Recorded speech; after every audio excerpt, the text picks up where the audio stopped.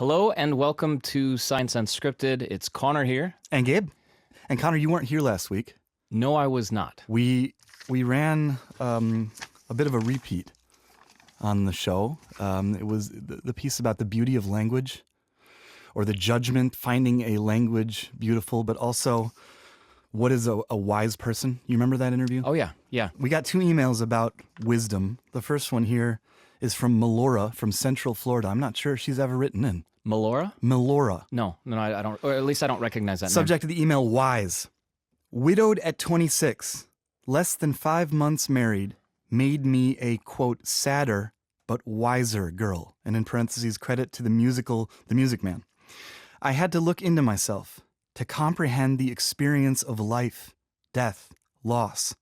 I had to figure out who I was, who I wanted to be, and how I wanted to live in the world, in a way that I probably would not have had the foresight to do if life had gone as planned. I am now 57 and very often feel stunted like that 26-year-old, but have made a good life for myself, and I do feel wise. Thank you. Wow. Melora, the only question I have there was the reference to a music man. I've never heard that. The Music Man. Is that a musical, I guess? Does anybody know that musical? Did it have a profound impact on you? Let us know about it. Is it a musical?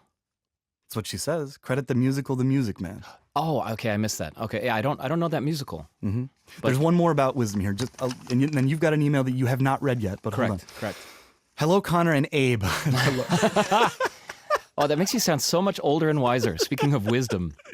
I was listening to your podcast regarding what is wisdom, and what I think wisdom is putting into practice life experiences and knowing what the right thing is to do in circumstances that arise by listening, watching, reading, reenacting, discovering, losing, persevering. We all become more understanding, sympathetic, and empathetic people. Thank you, from Cindy. Thank you, Cindy. You. Yeah. Yeah, a lot of aspects to wisdom. I recall during that interview, I didn't listen to the rebroadcasted version of it, but that one of your questions was something along the lines of whether somebody who thinks they're wise can possibly be wise. Probably not. If you think you're unwise, that probably makes you wiser. One of the paradoxes of that topic. This is on the second topic. You have not read this email. Just I haven't. Read it through. It's a good. You printed it and you ripped it off to give to me, and you ripped it right through the middle of a line. So well, I'll you try just to read it. read. Yeah, okay. The first opera I saw as a young man was The Magic Flute. I found the spoken part so beautiful that German became my favorite language. I agree with your German listener that your program shows English speech at its best. In the case of Conor, it is a matter of enunciation and personality. With Gabe, it is sheer beauty of tone. The voice makes me see Gabe as a handsome young man with light-colored curly hair and nicely rounded cheeks and body. All that from your voice. Do you remember that we got an email about a year ago? There was a German woman from an island up in the Baltic Sea, who, whenever she hears your voice, feels Feuer and Flamme. Fire and flames. Fire and flames, because she was astounded by the beauty of your voice. I've got my own little fan here. That makes us happy to hear these things. Gabe's hair is straight. I happen to have the curlier hair, but otherwise I would absolutely agree with the nicely rounded cheeks and body. Very nice body, Gabe. Or Abe. So, on to the studies. We have one that is sort of connected to, or is connected to, current events right now, but is actually an interview that we did a while back. Many of you are aware of the fact that Pope Francis, the head of the Catholic Church, the Pontificate, passed away on April 21st, and that right now we're in the beginning of a process where the Catholic Church, on behalf of its 1.4 billion adherents, is electing a new pope from amongst the cardinals. That's what's happening now. The time frames are all kind of wishy-washy, but sometime in May, we're probably going to find out. The reason I bring that up is because often here on DWTV or on the news when you're watching it, they talk about the pope as a moral compass. Well, right now the moral compass is missing. Right. Until that new pontificate is elected. Right. There's no moral compass. You could think for that. For the billion Catholics. For them. Absolutely right. For the 1.4 really? billion. Yeah. I'm sure that's the way they feel. The moral compass is gone. And I just want to remind our listeners, or some of you wouldn't have heard this interview back when we did it. This is more than a year ago on exactly this subject. Do you need religion to have a moral compass? And if you wanted to answer that question, how on earth would you go about doing it? I'm just going to go ahead and go straight to the researcher herself. This is Madeline Reinecke. She was, at the time, I think she still is, at the University of Cambridge. Mm-hmm. And I'm just going to give you the conclusion of her study on two groups of small children. The primary conclusion is that in both ages of kids we tested, so that was 4 to 6 year olds and 7 to 9 year olds, we see that they tend to think that morality couldn't be changed by God, that widely shared aspects of morality, they think that those things have to be the way that they are, that they couldn't be changed even by an omnipotent entity. And I'm just going to jump in and add a qualifier, or just a clarification. How do you test that with small children, 4 to 6 year olds and 7 to 9 year olds? You ask them specifically, this is one of the examples, if you step, or if a kid steps on another kid's foot, is that, and it's like stomps it, hurts it, is that okay or is it not okay? And usually the kid's like, no. All of them said that. Yeah, that's not okay. That's not okay. You don't do that. Yeah. And then they pose this theoretical question, well, what if God said it was okay, that you should do that? In fact, it's good to stomp another kid's foot. Then the children, already by age 4 and all the way up until the upper limit, 9, were fully okay already with basically saying, nah, God's wrong there. If you're interested in listening to the whole interview with Madeline Reinecke on our website or on podcast platforms, wherever you listen to us normally, it's called Kids Don't Need God to Tell Them What's Right or Wrong. We originally broadcast that interview back in January of 2024. And you can go back and take a look into the study itself. It's in the journal Cognitive Development, called Children Deny That God Could Change Morality. We are going to stick with the concept of God, given the gigantic, peg, the pontiff. Well, it's dead. one of the big, look, on this show. When you look back to this week, what is the world going to remember? That's the death of the Pope. This is a big news story, and it's the realm of religion is not really for a science podcast to touch or radio show to touch, usually. But when studies are done on religion, why not? Based on the findings of this study that I'm going to discuss now, it might look like we're ganging up on religion here. We're not at all. If you're listening to this right now, you want to weigh in on the concept of morality or forgiveness, what we're going to talk about in a bit, please do. This study is out of the University of Pittsburgh. They were looking at 435 participants, each of them of a different background, Christian, Muslim, and Jewish backgrounds. And what they wanted to do was have these people remember a time where they hurt or offended someone. And there was no reconciliation.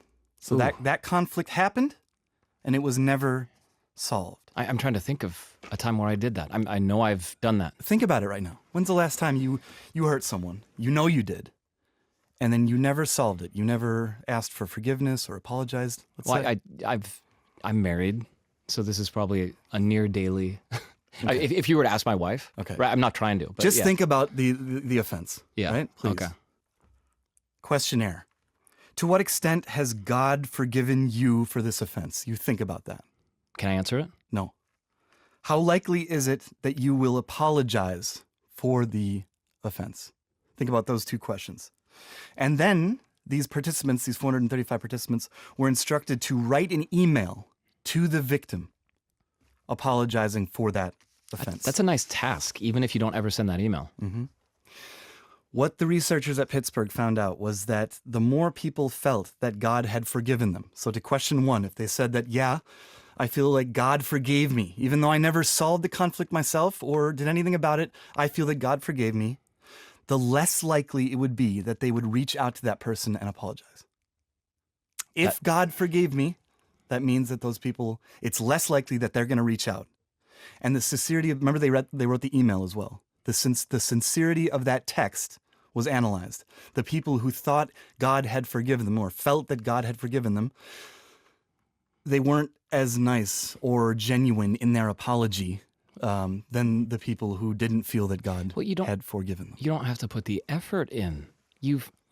You don't need to be forgiven by this mortal human who him or herself or themselves is a sinner and a problematic individual if the highest possible power has already forgiven you. I'm absolved. Yeah.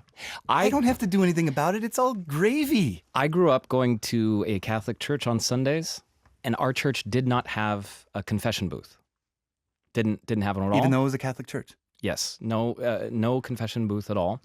And later, I remember thinking that was probably a good thing, because I find that a bit problematic if you're just sort of saying I did this and then getting forgiveness and walking out and it's all taken care of. No, as this study shows, humans are messy, and it's hard to go up and say, I messed up, I'm sorry. Yeah.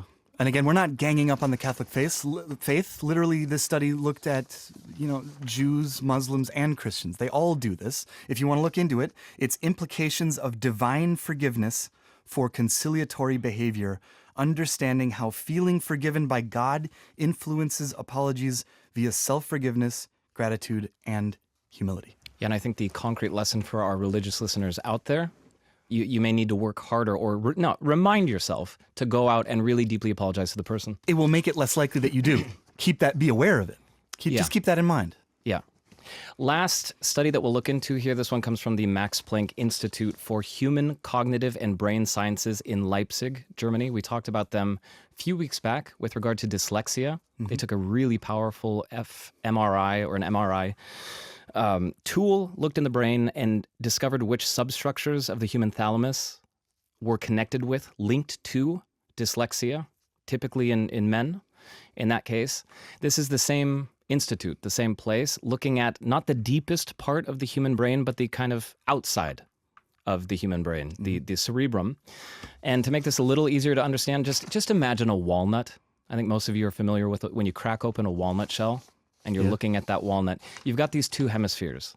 And now imagine you're looking at that walnut, and mostly toward the front of the walnut, the anterior of the walnut, you've got these white little splotches.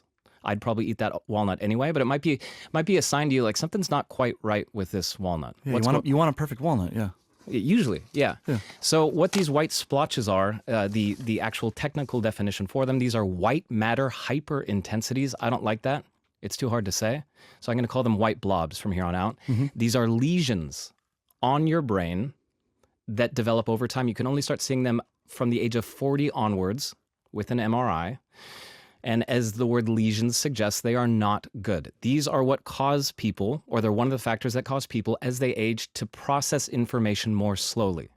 Okay. So when you're searching for a word or trying to do a math problem that you used to be able to do or find that crossword solution, it might be one of these. Could be, okay. Yeah. It could be, one of these white blobs. Yep. It's also strongly linked to dementia later in life. Yeah. Also, depending on where it's located in your brain, very strongly connected to the risk of stroke.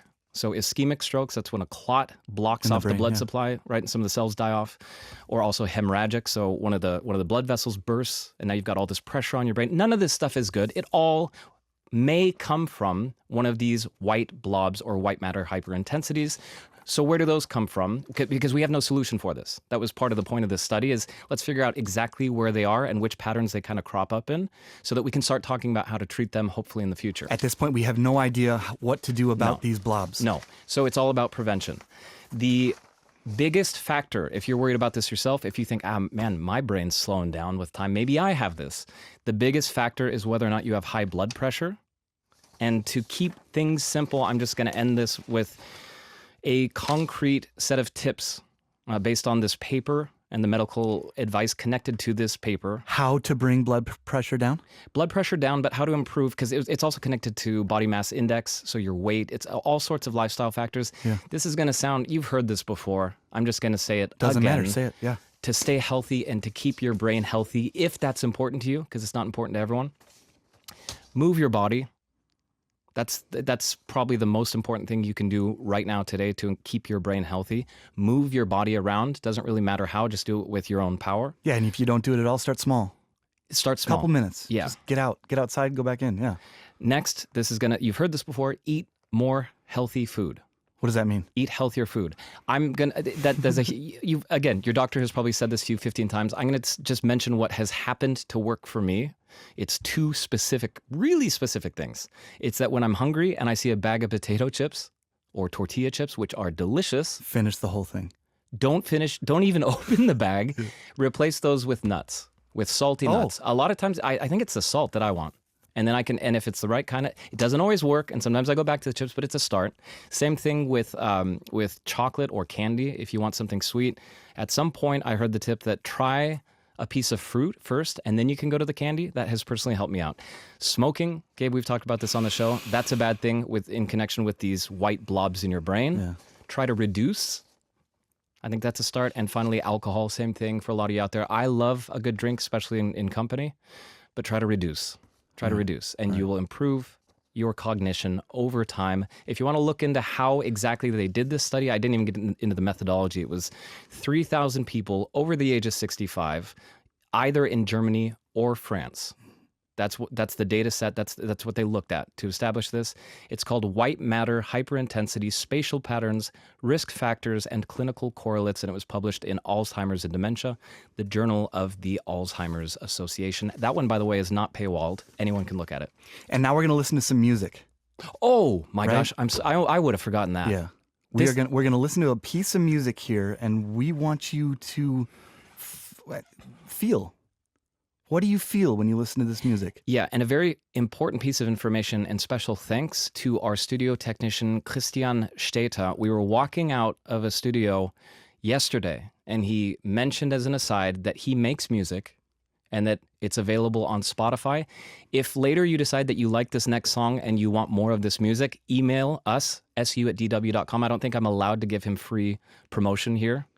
But I will happily send you a link to his stuff online. But like Gabe said, for now, just try to focus on what you feel when you listen to this music.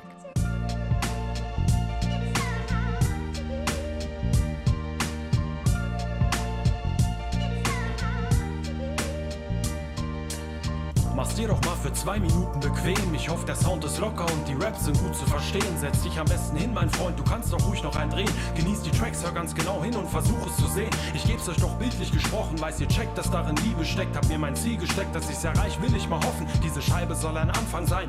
Mehr als der Standard-Scheiß, den ihr anderen reißt. Ich machte fast alles ganz allein, auf Wähler fangen wir Randparteien.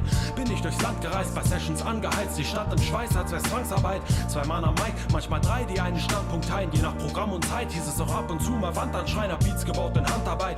Musste ich erst Platten liegen, 5 voraus zum Flohmarkt. Frühstück gab's nicht, nur eine Schachtel kippen. Später die Sachen mischen, blieb lange im Schatten sitzen. Aus Massen Skizzen, Texte schreiben, auch bei Affen Hitze. Komm raus ans Licht und genieße jeden Augenblick. Lebe jetzt und pack in jeden Text, was in meinem Schädel wächst. CRS, der von der Seele rappt. Also lass mich erzählen, nimm dir noch etwas Zeit, hör zu und mach's dir bequem.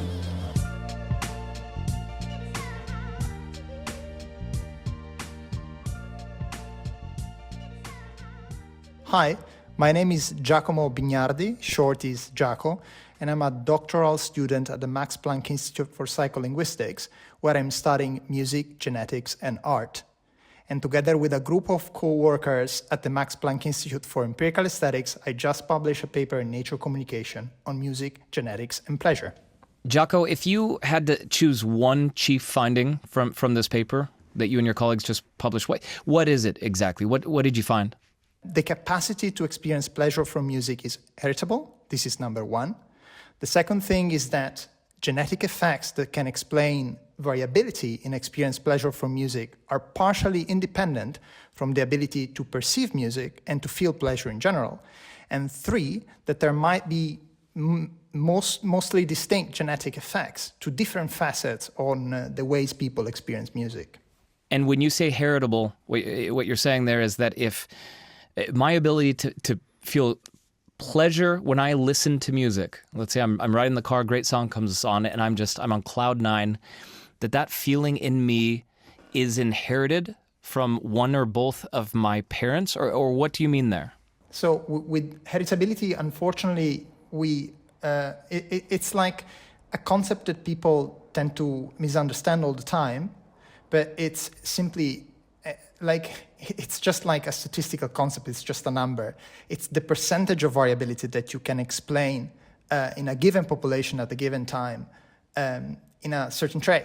So for our study, we just put a number. 54% of the variability can be explained by genetic differences between people in the ability to perceive music. How did you come up with that specific number, 54?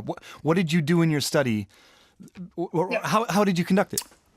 So the idea was to exploit the similarity between identical twins and non-identical twins. Identical twin shares all of their genes, while non-identical twin shares about half.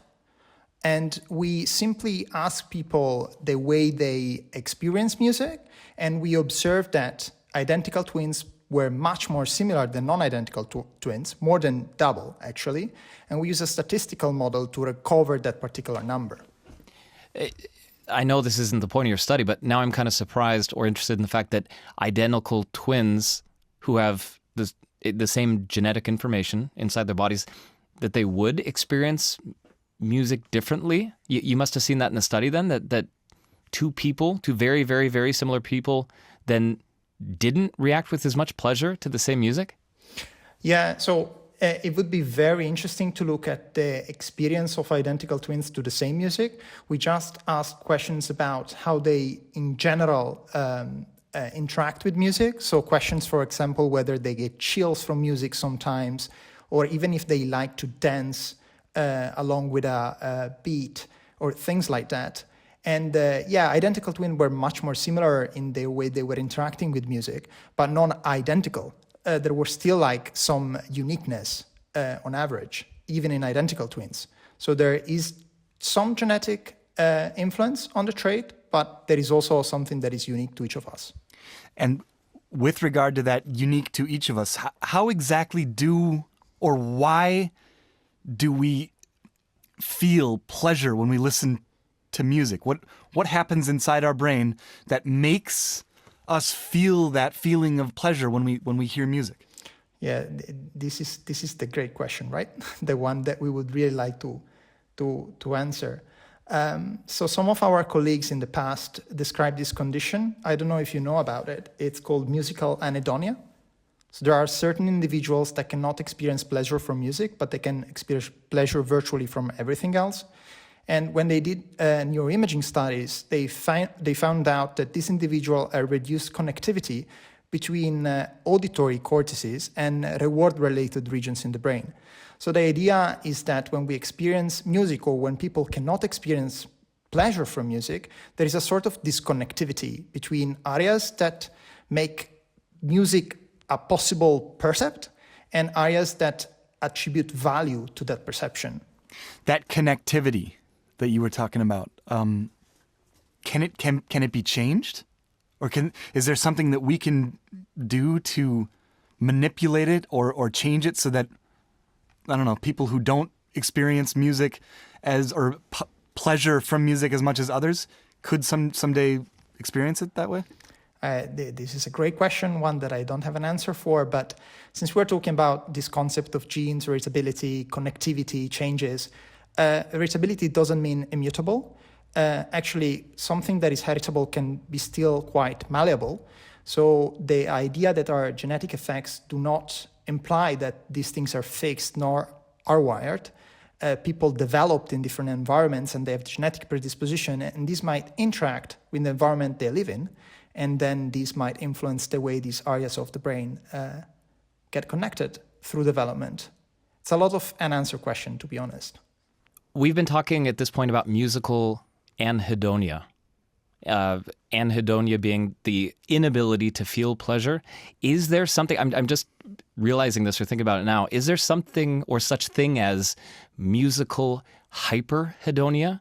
A person who, when music comes on, is overpowered by pleasure, almost pathologically, possibly? Like does it go that far? Somebody who's wildly euphoric in a life-disrupting way because of music? I would say definitely yes. So Oliver Sacks was talking about this in musicophilia, and Robert Zatorre and colleagues, I think, in some of their works described hyperhedonia. So they divided groups in anhedonic, like normal hedonic, and sometimes hyperhedonic. And if I looked at my data, for example, we had this questionnaire and the maximum score was 100. And note that some of the items were reverse scored. So people would have need to answer 1 to get 5. So it's not people that were just like ticking the boxes at the max. And certain people scored 100. So there were people that were definitely like on all aspects of music enjoyment, like very much enjoying music. I'm imagining somebody like they walk by a speaker box and it's playing the right kind of music and they almost melt, like they drop to the ground in pleasure. Does that kind of hyperhedonia exist? I don't know. It would be in this modern world. It would be quite hard, I think, to live and go around with a certain condition. But I mean, it's variability, right? And when you're talking about variability as a spectrum, you will have people at the end of both spectrums. So these people might exist. And that was Jacomo Biniardi speaking to us from Galatina, Italy. And you know how Italy is that boot, right? He is right now on the heel of that boot. In the middle of the heel. In the middle of the heel. Yeah. And he said... At his parents' place down there. Yeah. That right now things are calm there despite a lot of action in the rest of Italy or at least in Rome. Calm and sunny. Yeah. The kind of temperatures that make us a little bit envious here in Bonn, Germany at the moment where the rain is pouring down. But that is neither here nor there. The reason I asked about hyperhedonia with connection to music, I was thinking of you, Gabe, because I think on the spectrum of hedonias, or the ability to feel pleasure for anything, but in this case music, you would be on the hyper side of things when it comes to music?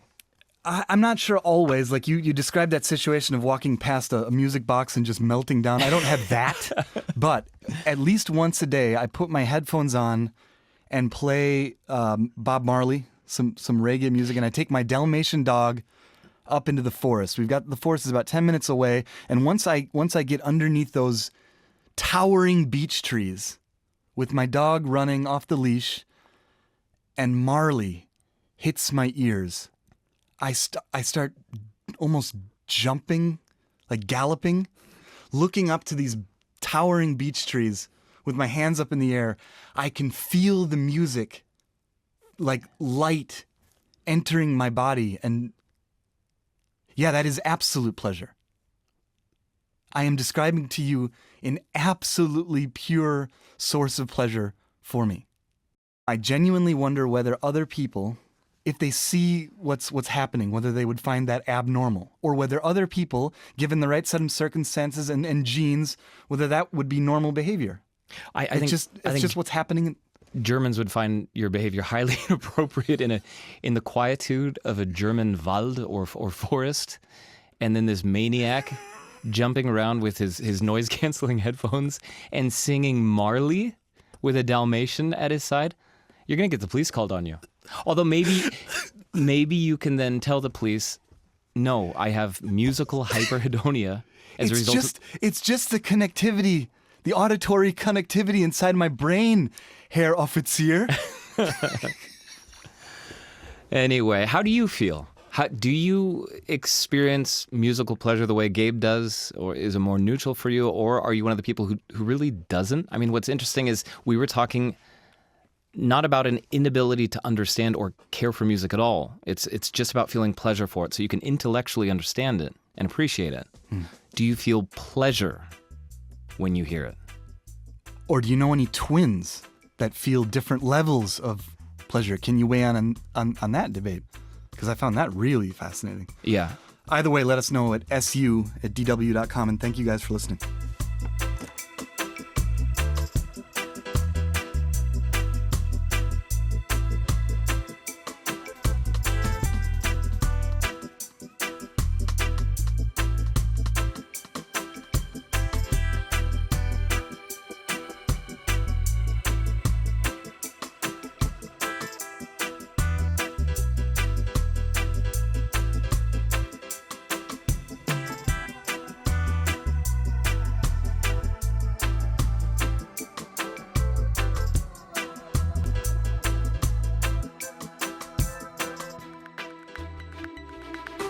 DW. Made for minds.